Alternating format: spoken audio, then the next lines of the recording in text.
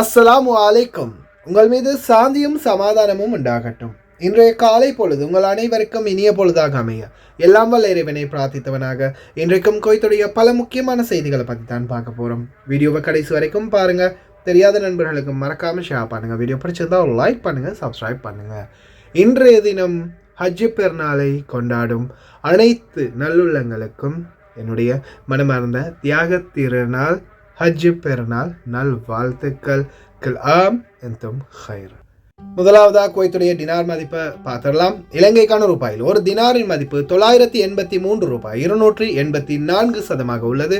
இந்தியாவின் ரூபாயில் ஒரு தினாரின் மதிப்பு 271 ரூபாய் 592 உள்ளது.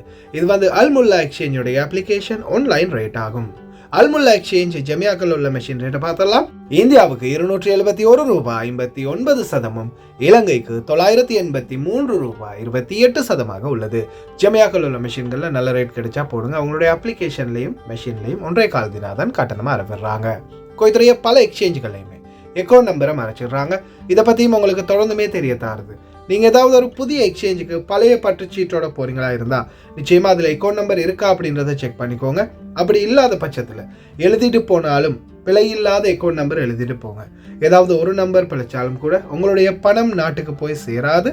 அந்த பணத்தை திரும்ப பெறணுமா இருந்தாலும் ரொம்ப நாட்களாகவும் மறுபடியும் கட்டணம் செலுத்தணும். யுனைடெட் கல்ஃப் எக்ஸ்சேஞ்ச் கோஆபரேஷன் இந்தியாவுக்கு பணம் அனுப்ப 750 ஃபில்ஸும் இலங்கை பணம் அனுப்ப 1 தினாரும் கட்டணம் அறவிடுறாங்க. அல்சாமில் எக்ஸ்சேஞ்ச் கோஆபரேஷன் 1 தினார் மட்டுமே அறவிடுறாங்க. யூஜே எக்ஸ்சேஞ்ச் கோஆபரேஷன் 1 தினார் மட்டுமே அறவிடுறாங்க. Kuwait Asian International Exchange 750 fils மற்றும் 500 ஃபில்ஸ் போன்ற கட்டணங்களும் அறவிடுறாங்க.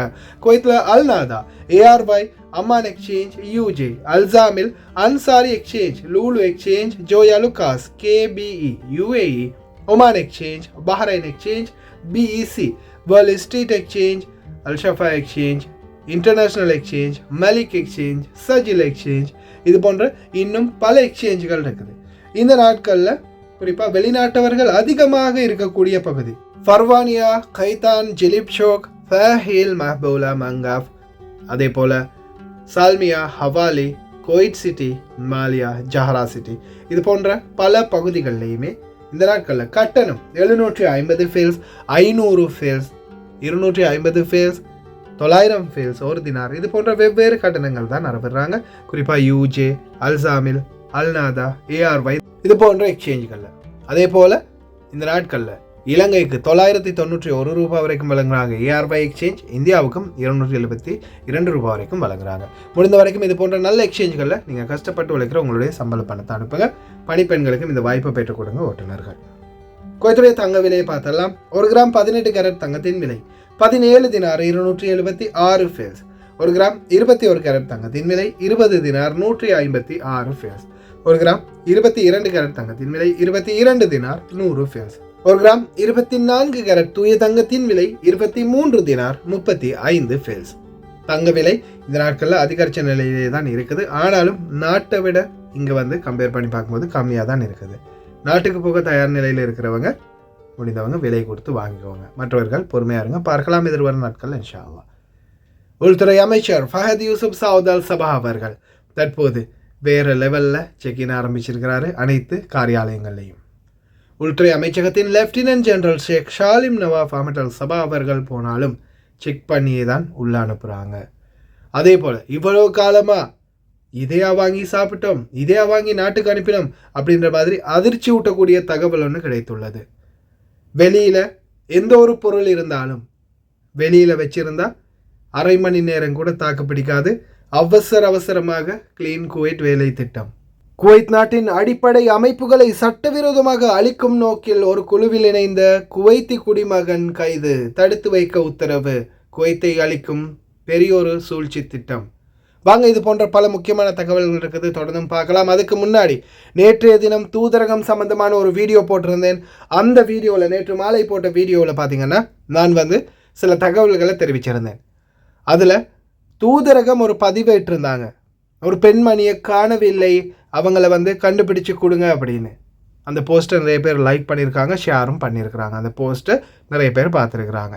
நேற்றைய தினம் ஒரு விமர்சன பதிவொன்றை இட்டிருந்தேன். அதில் குறிப்பாக பார்த்தீங்கன்னா நேற்றைய தினம் நிறைய பேர் எனக்கு ஸ்க்ரீன்ஷாட் எடுத்து அனுப்பியிருந்தாங்க. தம்பி நீங்கள் போட்ட வீடியோவில் இலக்கத்தை வந்து பிழையாக டைப் பண்ணியிருக்கிறீங்க, கோல் பண்ணின இலக்கம் வந்து பிழையானது அப்படின்னு. ஆமாம், அப்போ தூதரகம் போட்ட இலக்கம் பார்த்தீங்கன்னா 22-33-611. ஆனால் நான் டைப் பண்ணியிருக்கிறது, நான் டயல் பண்ணியிருக்கிறது 23-33-611 தான் நான் வந்து டைப் பண்ணியிருக்கிறேன். ஆனால் டயல் பண்ணியிருக்கிறேன். ஆனால் தூதரகம் போட்ட இலக்கம் வந்து அது இல்லை. அவங்க எது போட்டிருக்காங்கன்னா 22-33-611, அதுதான் அவங்க போட்ட இலக்கம். அப்போ இதில் வந்து நான் தான் நம்பரை பிழையாக போட்டு டயல் பண்ணியிருக்கிறேன். ஓகே, இலங்கை தூதரகத்திட்ட மண்டிட்டு மன்னிப்பு கேட்டுடலாமா?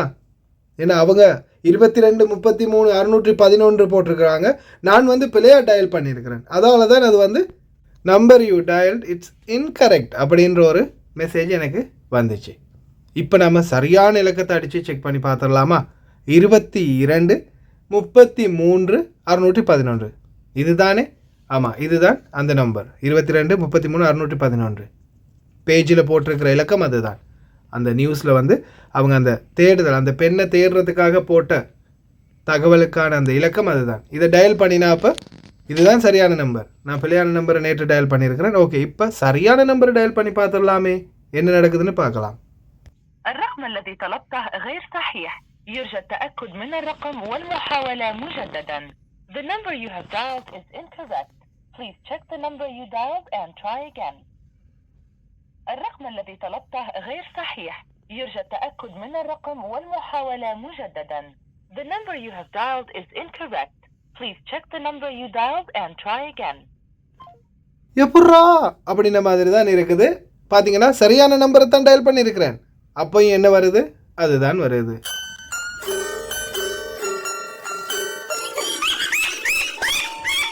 நான் வேற பயந்துட்டேன் தப்பாக டயல் பண்ணிட்டோமோன்னு. கடைசியில் பார்த்தா உண்மையாகவே போட்டிருக்கிற நம்பரும் பிழையான நம்பர் தான். அதெல்லாம் தேடி பார்ப்பீங்க. நம்ம போட்டால் மட்டும்தான் அதெல்லாம் பிழை கண்டுபிடிப்பீங்க. அதே தூதரகம் போட்டால் வாயில் என்ன கொலக்கட்டையாக இருக்குது, இல்லை புட்டு தின்னவங்க மாதிரி என்ன பொறுத்துக்கிட்டா இருக்குது, பேச மாட்டீங்க. அதெல்லாம் பேச மாட்டீங்க. நம்ம போட்டால் மட்டும் வரிஞ்சு கட்டிட்டு வருவீங்க. நைட்டில் போடுற வீடியோ தூக்கத்தை இழந்து போடுறது, பகலில் போடுற வீடியோ அதை விட மோசம். எங்கடா டவர் இருக்குன்னு தேடி போய் டவருக்கு பக்கத்தில் நின்று வீடியோ அப்லோட் பண்ணுறது வேகாத வெயிலில். அந்த அளவு மோசமாக இருக்குது நம்ம நிலைமை. சம்பந்தமே இல்லாமல் நானும் ஒரு தொழிலாளராக இருந்து ஒரு யூடியூபர் ஆயினத்துக்காக இந்த மக்களுக்காக நம்ம இவ்வளோ கஷ்டப்படுறோம். இந்த மக்களுக்காகவே நியமிக்கப்பட்ட அதிகாரிகள் எங்கே போய் சொல்கிறது? இலங்கையர்களே விழித்து கொள்ளுங்கள். குவைத் ஹஜ் தூதுக்குழுவில் மருத்துவ குழுவில் பணியாற்றிய வாலித் இஸ்மாயில் இத்ரீஸ் அவர்கள் நேற்றைய தினம் இறையடி சேர்ந்தார். புனித ஹஜ் யாத்திரைகள் அனைத்தும் முடிந்த பிறகு இறையடி சேர்ந்தார். இன்னாலில்லாஹி வ இன்னா இலைஹி ராஜிஊன். குவைத்தின் பாதுகாப்பு ஊடகம் ஒரு முக்கிய தகவலை வெளியிட்டிருக்கிறாங்க. நாட்டின் அடிப்படை அமைப்புகளை அழிக்கும் நோக்கத்தில் தடை செய்யப்பட்ட குழுவில் சேர்ந்ததற்காக குடிமகன் ஒருவர் கைது செய்யப்பட்டுள்ளார். நாட்டில் பல இடங்களில் தாக்குதலை மேற்கொள்வதற்கான பயிற்சிகளில் அவர் கலந்து கொண்டு அதன் பிறகு இந்த நாட்டிற்குள் மிகப்பெரிய ஒரு கலவரத்தை ஏற்படுத்த முயற்சி செய்தது என்பது குறிப்பிடத்தக்க விடயம். அதே போல அவரை தடுத்து வைக்குமாறு குற்றவியல் நீதிமன்றம் தற்போது தீர்ப்பளித்துள்ளது. பாருங்க, இந்த நாட்டை அழிக்கிறதுக்கு இந்த நாட்டு குடிமகனே துணை போகிற அளவுக்கு நிலைமை போயிருக்குது. அதே மாதிரி தொடர்ந்து சொல்கிறது தான், உங்களுடைய பர்சனல் டீட்டெயில்ஸை யாருக்குமே கொடுக்காதீங்க. ஏன்னா ஒருவேளை உங்களுடைய டேட்டாவை வச்சு இந்த மாதிரியான நபர்கள் ஏதாவது தவறு செஞ்சுட்டு போயிட்டாங்கன்னா கடைசியில் நீங்கள் தான் சிக்குவீங்க. ரொம்ப கவனம். இவ்வளோ காலமாக இதையா சாப்பிட்டோம், இதையா நம்ம நாட்டுக்கு அனுப்பினோம் அப்படின்ற மாதிரி அதிர்ச்சி அடைய வைக்கக்கூடிய சில மளிகை பொருட்கள், சில பொருட்கள் வந்து கண்டுபிடிக்கப்பட்டிருக்குது உணவு பாதுகாப்பு துறையால். ஒரு சில குடவுன்களில் பார்த்திங்கன்னா கடந்த வருடம், அதுக்கு முந்தின வருடம் காலாவதி ஆயின உணவுப் பொருட்கள், சில மளிகை பொருட்களை வந்து மறுபடியும் எக்ஸ்பைரி டேட்டை மாற்றி வச்சு அதை வியாபார நிலையங்களுக்கு கொன்று சேர்ப்பதற்காக ஒரு சில கூட்டம் தயாராக இருந்த நிலையில் உணவு பாதுகாப்பு குழு சுற்றி வளைப்பில் கைப்பற்றியது.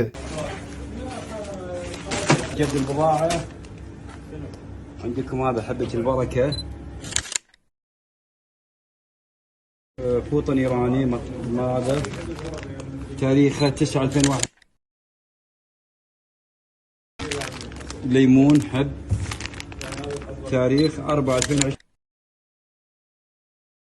9/2021. 13 إلى 1 2022 23 تسوي لي بلاك كيفه. أنا عارف شغلات ما هو ليش شغل فيه هم النفاس تحس النفاس ما شيء غريب يعني.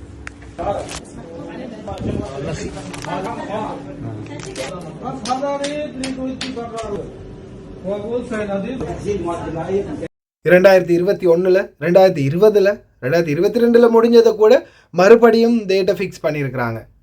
தயவு செய்து ரொம்ப கவனம். ஸ்பெஷல் ஆஃபர் போட்டிருக்காங்க. 1 எடுத்தா 1 ஃப்ரீ, 1 எடுத்தா 2 ஃப்ரீ, மலிவு இலவசம். இந்த மாதிரியான பொருட்கள் வாங்க போகும்போது ஒன்றுக்கு 100 தடவை செக் பண்ணி பார்த்துக்கோங்க. நீங்கள் சாப்பிட்றது மட்டும் இல்லாமல் நாட்டுக்கும் கார்கோ போடுவீங்க. கடைசியில் என்ன ஆகும்? அவங்களுக்கு நோய்வாய்ப்பட்டால் மறுபடியும் இங்கேருந்து நீங்கள் தான் உழைச்சி அனுப்பணும். ரொம்ப கவனம். அதே போல் ஒரு முக்கியமான தகவலை வெளியிட்டிருக்கிறாங்க குவைத்துடைய டிராஃபிக் டைரக்டர் யூசுப் ஹம்தான் அல் ஹாதா அவர்களுக்கு. நடைபாதைகளில் தற்போது வாகனங்கள் நிறுத்தும் விதிமீறல்கள் அதிகரித்துள்ளது. இது ஃபர்வானியா, ஜிலிப் ஷோக், கைதான், ஹவாலி, சால்மியா இது போன்ற பகுதிகளிலே அதிகமாக உள்ளது. இவை உடனடியாக தடுத்து நிறுத்தப்பட வேண்டிய ஒரு விடயம். இதற்கான முழு முயற்சியை எடுக்குமாறு கோரிக்கை விடுக்கப்பட்டுள்ளது. ரோட்டோரமாக வண்டி நிறுத்துறவங்க கவனமாக இருங்க. நேற்றைய தினம் ஹஜ் பெருநாள் நாளை முன்னிட்டு நேற்றைய தினம் பல்வேறு சிறைச்சாலைகளுக்கு விஜயம் செய்திருந்தார் லெப்டினன்ட் ஜெனரல் ஷேக் சாலிம் நவாப் அல் அஹமத் அல் சபா அவர்கள். சிறை கைதிகளுடைய நிலைப்பாடு, அதே போல சிறைச்சாலைகள் இருக்கக்கூடிய நிலைமை, இவை அனைத்தையும் இந்த சுற்றுப்பயணத்தில் கண்காணித்துள்ளார். அதே போல யாராக இருந்தாலும் பரிசோதனை பண்ண வேண்டும் என்பதையும் உணர்த்தியுள்ளார். ஜெயிலில் இருக்கிற யாராவது ஃப்ரெண்ட்ஸை பார்க்க போகிறீங்களா? தயவு செய்து தடை செய்யப்பட்ட எந்த பொருளையும் கொண்டு போயிடாதீங்க. பாருங்கள், இவரையே செக் பண்ணி தான் உள்ளே எடுக்கிறாங்கன்னா நீங்களாம் ஏமாத்திரம். ரொம்ப கவனம். நேற்று தினம் சமூக ஊடகங்களில் பரவப்பட்ட ஒரு வீடியோவை அடுத்து உடனடியாக சம்பந்தப்பட்ட வாகனமும் வாகன ஓட்டுநரும் கைது செய்யப்பட்டுள்ளார். அவருக்கு எதிரான சட்ட நடவடிக்கைகள் உடனடியாக எடுக்கப்படும்.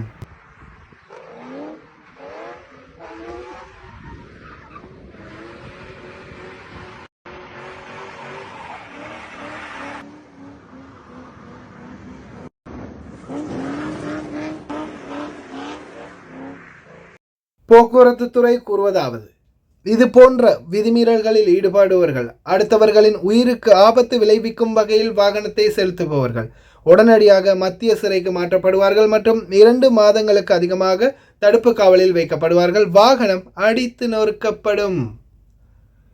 உள்துறை அமைச்சர் ஷேக் ஃபஹதி யூசுப் சவுத் அல் சபா. யாருப்பா நம்ம உள்துறை அமைச்சரா?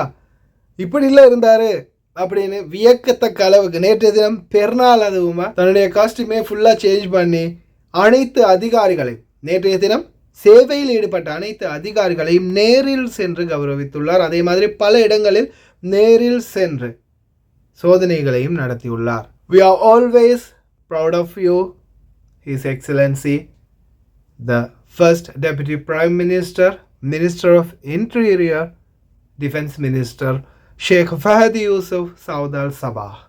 Thank you so much for everything. Amnesty for residency violators and visit visa, family visa, including the biometric fingerprint. We got more than months. Thank you so much for everything. We are always proud of you. உண்மையிலேயே கௌரவிக்கப்பட வேண்டிய ஒரு முக்கியமான நபர். ஏன்னா ஆரம்ப காலத்தில் இருந்த உள்துறை அமைச்சர் பற்றி உங்களுக்கே தெரிஞ்சிருக்கும். பொது மன்னிப்பும் கிடையாது, ஒன்றும் கிடையாது, ஓடுங்கடா அப்படின்ற மாதிரி ரொம்ப கராராக இருந்தார். அதே மாதிரி விசிட் விசா, ஃபேமிலி விசாவா, அதை பற்றின கதைக்கே இடமில்லை அப்படின்னு சொன்னார். மாஷா அல்லா தபாரக் ரஹ்மான்.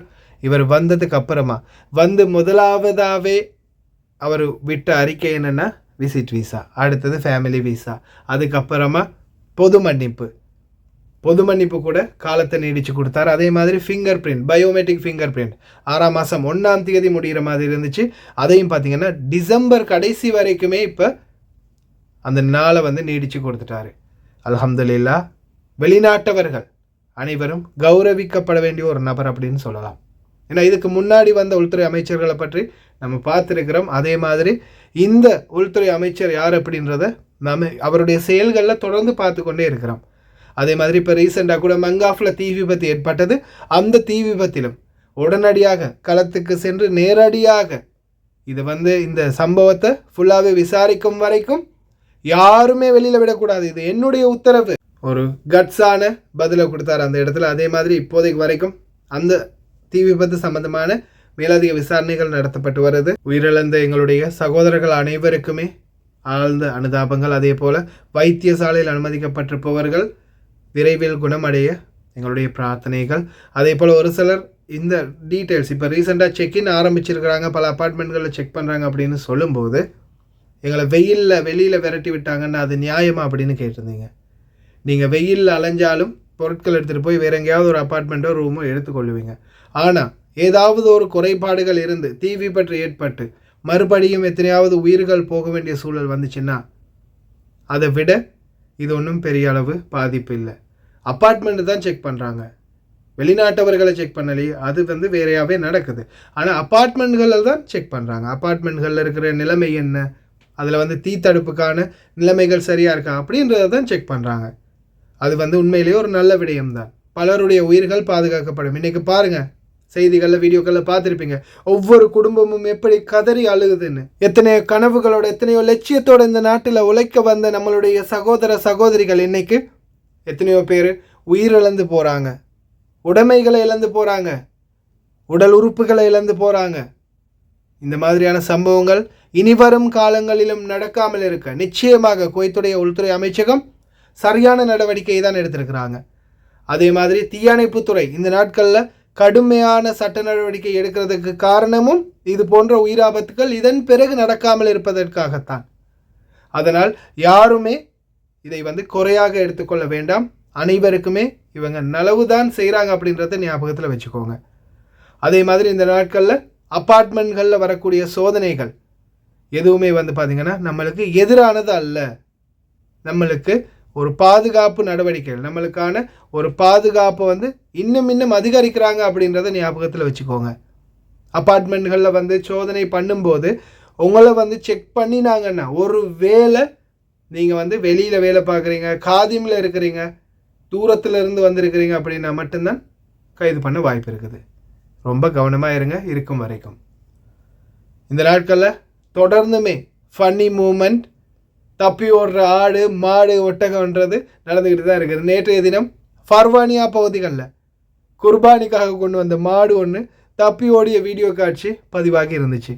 அதே போல் இன்னொரு வீடியோ காட்சி ரொம்ப மரண காமெடியான வீடியோ காட்சியாக இருந்துச்சு. ஒரு கடாய் ஆட்டை பார்த்திங்கன்னா பிடிச்சிக்கிறாங்க. ஏன்னா அந்த பக்கம் ஒரு பெட்டை ஆடு இருக்குது, அந்த ஆட்டை எப்படியாவது கொண்டு போகணும் அப்படின்றதால இந்த கெடா ஆட்டை பிடிச்சிட்டாங்க. பிடிச்சிக்கிட்டு என்ன பண்ணுறாங்கன்னு பார்த்தா கடைசியில் அந்த பக்கம் இருந்த பொட்டை ஆட்டை இழுத்துக்கிட்டு போகிறாங்க. இப்போ தாண்டா ஏதோ கதைச்சி செட் பண்ணின அதுக்கடையிலையாடா அப்படின்னு ஒரு எத்தி விட்டுட்டு அவ்வளோ பேரையும் விரட்டி அடித்தது கெடாய் ஆடு. அதுக்கப்புறம் என்ன நடந்துச்சுன்றதை நீங்களே பாருங்கள். நீங்கள் என்ன வேண்டாலும் பண்ணிக்கோங்க, என் செல்லத்துக்கிட்ட வேணா அது வந்தீங்க தொலைச்சி அப்படின்னு பாருங்கள் எவ்வளோ பாதுகாப்பாக கூட்டிகிட்டு போகிறாருன்னு. இந்த மாதிரி சீனும் நடந்திருக்குது நேற்று. அடுத்ததா ஓட்டுநர்களே ரொம்ப கவனம், மிக முக்கியமான தகவல். இது ஃபஹீல் அதிவேக சாலை கடைசியாக சிக்னலில் போய் நிற்கும்போது, அதே மாதிரி சுபையா பிரிட்ஜ், இன்னும் ஒரு சில கைரவான் வஃப்ரா போகக்கூடிய பிரிட்ஜ், இது மாதிரி பல பாலங்களில் இந்த மாதிரியான நிலைமை இருக்குது. திருட்டு பயல்கள் திருடுறதுக்கு வேறு எதுவும் கிடைக்கலையா அப்படின்ற மாதிரி இந்த கானில் உள்ள வடிகான்களில் உள்ள மூடிகளை திருடிட்டு போயிருக்கிறாங்க. வாகன ஓட்டுநர்களே வீதி ஓரமாக வண்டிகளை செலுத்தாதீங்க. வேகமாக போகும்போது ரொம்ப ஓரமாக போனீங்கன்னா இந்த மாதிரி ஓப்பனில் இருந்துச்சுன்னா நிச்சயமாக அது மிகப்பெரிய ஆபத்தான சூழலை உருவாக்கும். உங்களுக்கு ரொம்ப கவனம். வெளியில் ஏதாவது பொருட்கள், இப்போ சாதாரணமாக நிறைய பேர் பார்த்திங்கன்னா இந்த சோஃபா செட், கபேட் ஐட்டம், ஏதாவது வீடுகளை காலி பண்ணி போகும்போது நிறைய பொருட்களை வெளியில் வச்சுட்டு போவாங்க. அந்த பொருட்களை சேகரிக்கிற ஒரு சிலர் இருப்பீங்க. இல்லை போகும்போது எதையாவது பார்த்துட்டு போனீங்கன்னா வரும்போது எடுத்துக்கலாம் அப்படின்னு வச்சுட்டு போயிடுவீங்க. ஆனால் இனி அந்த வரும்போது எடுத்துக்கலாம் அப்படின்ற கதைக்கே இடமில்லை. உடனுக்குடன் அகற்றப்படுது ஒவ்வொரு குடியிருப்பு பகுதிகளையும். அதே மாதிரி இந்த கார்கோ பெட்டிகள் போட்டு வெளியில் ரெடி பண்ணி வச்சுருக்கிறவங்க, பொருட்களை வெளியில் வச்சுருக்கிறவங்க தயவு செய்து ரொம்ப கவனம்.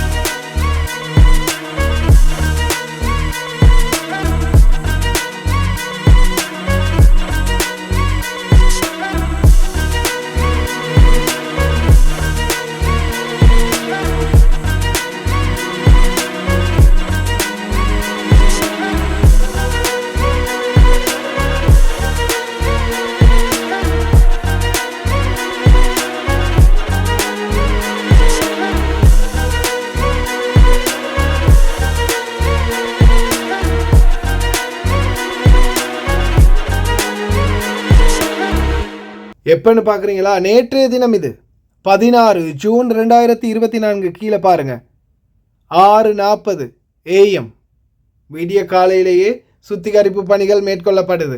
அதே மாதிரி வீதி ஓரங்களில் இந்த மாதிரி வீதி ஓரங்களில் நடைபாதை ஓரங்களில் வண்டிகளை நிறுத்தி வச்சுட்டு போகிறவங்களும் ரொம்ப கவனம் ஓட்டுநர்களே. இந்த மாதிரி சுத்திகரிப்பு பணிகள் மேற்கொள்ளும் போது உங்களுடைய வாகனம் அவங்களுக்கு இடையூறாக இருந்தால் நிச்சயமாக உள்துறை அமைச்சருக்கு தெரிவிச்சிருவாங்க. அவங்க அலேக்கா வண்டியை தூக்கிட்டு போயிடுவாங்க. எங்கடா வண்டியை காணும் அப்படின்னா அப்புறமா தேடி தெரிஞ்சு நீங்கள் போலீஸுக்கு கம்ப்ளைண்ட் பண்ணினா அதுக்கப்புறமா அவங்க சொல்லுவாங்க, தம்பி உங்கள் மேலே தான் ஒரு கம்ப்ளைண்ட் இருக்குது, முதல்ல வண்டியை ரிலீஸ் பண்ணணுன்னா ஃபைனை கட்டுங்க அப்படின்னு.